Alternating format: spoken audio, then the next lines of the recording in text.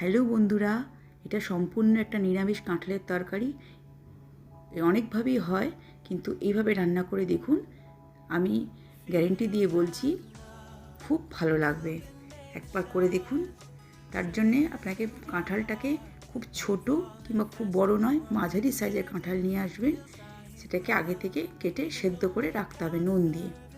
এবং যে যে উপকরণগুলো লাগে সেই উপকরণগুলোর মধ্যে হলুদ, জিরের গুঁড়ো, ধনের গুঁড়ো, শুকনো লঙ্কার গুঁড়ো, গোটা জিরে, টমেটো, কাঁচা লঙ্কা, আদা। টমেটোটা আমি এখানে একটা নিয়েছি, কিন্তু আমি 4টে যোগ করেছিলাম। আমি পুরো রান্নাটা সর্ষের তেলে করব, কিন্তু এখানে একবারও কোনো ঘি আমি যোগ করব না করার সময়। ঘিটা আমি সবার শেষে দেব। গোটা জিরে, তেজপাতা, আমি ফোড়ন হিসাবে একটা শুকনো লঙ্কা ব্যবহার করে যখন ওগুলো গরম হয়ে গেল, তারপরে আমি যেটা সেদ্ধ করে রেখেছিলাম, কাঁঠালটা ভাপিয়ে রেখেছিলাম, একদম মিডিয়াম করে, সেদ্ধও না পুরোপুরি নয়, আবার শক্তও থাকবে না। এইভাবে করলে তরকারিটা স্বাদও বাড়ে। আমি এভাবে 5 থেকে 10 মিনিট আমি একটু গ্যাসটা বাড়িয়ে নাড়াচাড়া করে যখন ভাজা ভাজা হয়ে যাবে, আমি এটাকে তুলে নেব। তুলে নিয়ে এবার একটা ফোড়ন করে কষে আমি তবে তরকারিটা দিয়ে দেবো। এর মধ্যে হলুদ আর নুন, আমি নুনটা আগে যোগ করে রেখেছি, নুনটা আমি পরিমাপ মতো দিয়েছিলাম। এবার আমি টমেটো, কাঁচা লঙ্কা বেটে নিয়েছি, আর মিক্সারে বেটে রেখে দিয়েছি। এরপরে যখন ভাজা ভাজা হয়ে গেল, তখন আমি এই কাঁঠালটাকে সরিয়ে আবার নতুন করে পাত্রে রেখে আবার সর্ষের তেল আমি যোগ করলাম। এর মধ্যে আমি গোটা গরম মশলা ফোড়ন হিসাবে ব্যবহার করব। মধ্যে আমি শুকনো লঙ্কা আমি আর এখন দেবো না। এখানে গোটা গরম মশলা তখন ফুটে উঠবে।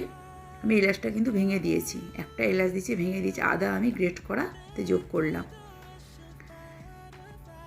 এখন আমি ঘিও আর তেল খুব বেশি ব্যবহার করিনি, কিন্তু খুব আঠার তরকারি খুবই সময় লাগে, আধ ঘন্টা মধ্যে লাগে।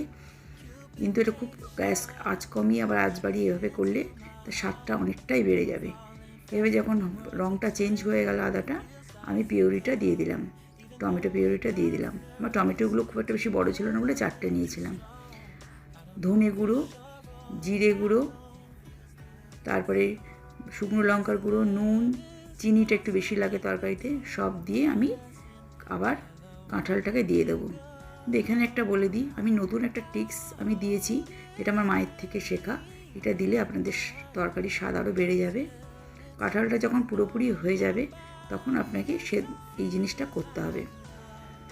এইবার আমি যে কাঁঠালটা যেটা ভেজে রেখেছিলাম, এটার মধ্যে দিয়ে মিক্সার ধোয়া জল আর একটু গরম জল দিয়ে 20 মিনিট ধরে গ্যাস কমিয়ে আমি আবার এটাকে গ্রেভি করলাম। গ্যাস কমিয়ে একটু জলটা একটু বেশি লাগে, কাঁঠালগুলোর মধ্যে পুরোটাই নুন মিষ্টি সব ঢোকে। তরকারিটা যদি খুব মিষ্টি বেশি খায়, মিষ্টি এবার যোগ করে নিলাম একটু, আমি মিষ্টি খেতে ভালোবাসি।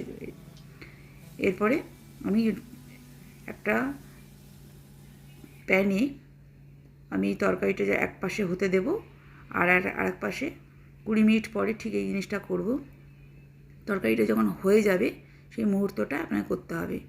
একটা ছোট পাত্রের মধ্যে আপনাকে অল্প ঘি দিয়ে, 2 চামচ ঘি দিয়ে, আমি 1 চামচ আটা দিয়ে ওটাকে গরম করে ভালোভাবে নাড়াচাড়া করে যখন তরকারিটা হয়ে যাবে, সেই গরমে তরকারির মধ্যে আমাকে ওটা যোগ করতে হবে গরম অবস্থায়।